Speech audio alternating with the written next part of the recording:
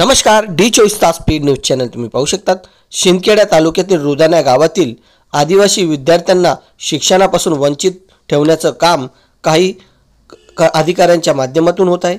वारंवार 3 वर्षापासून गावातील लाईट कट करून गेल्यानंतर देखील वायरमन आपलं काम करत नाही, बिल भरल्यानंतर देखील काम करत नाही।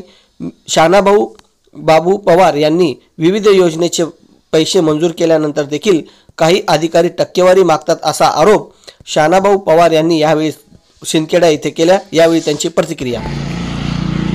आम्ही रुदाना गावाचे बांधव आहेत। आमच्या गावात लाईन 1.5 महिन्यापासून बंद केली आहे। आमच्या गावात 1500 रुपये घर परमाने फाया लावलेला होता।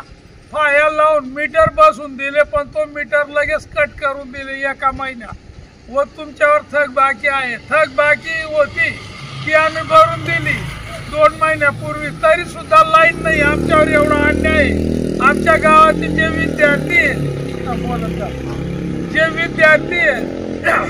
त्यांना अभ्यास करायला सोय नाही।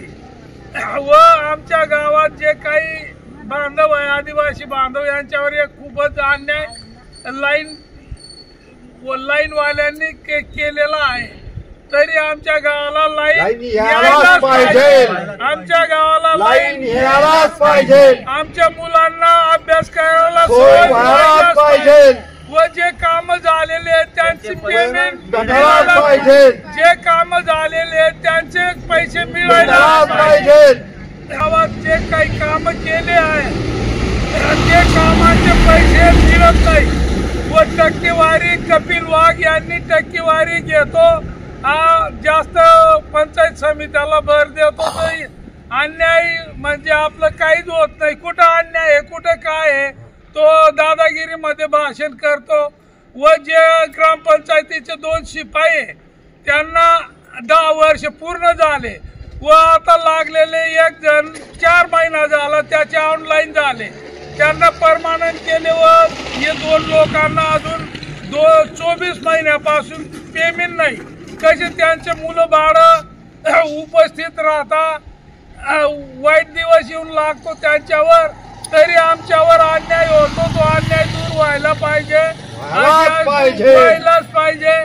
व जे काम केले त्यांची टक्केवारी 30-30 हजार रुपये रोख कपिल वाघ यांनी घेतले आहे।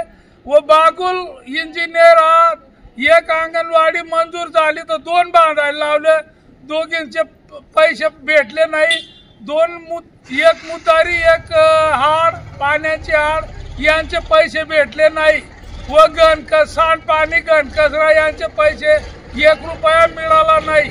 तरी सुद्धा आमच्यावर कोणी लक्ष देत नाही।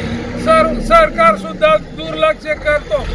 एवढं बोलून आमच्यावर अन्याय दूर व्हावा अशी आम्ही विनंती करतो।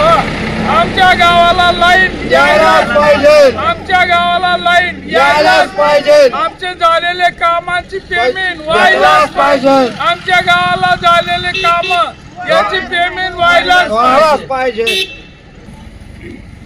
विस्तार अधिकारी वाघ साहेब व मेघा भामरे, ग्रामसेवक रुदाने अनुराधा मॅडम यांनी 30,000 रुपयाची मागणी आमच्याकडनं केली होती।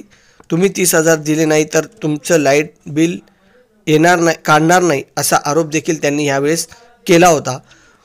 शानाभाऊ यांनी आज शिंदखेडा तालुक्यातील BDO कार्यालयासमोर समस्त ग्रामस्थांच्या सोबत या ठिकाणी आंदोलन सुरू केले। कॅमेरामॅन पप्पू अन्सारीसह जॉनी पवार, डी24 चॅनल। जय हिंद, जय महाराष्ट्र।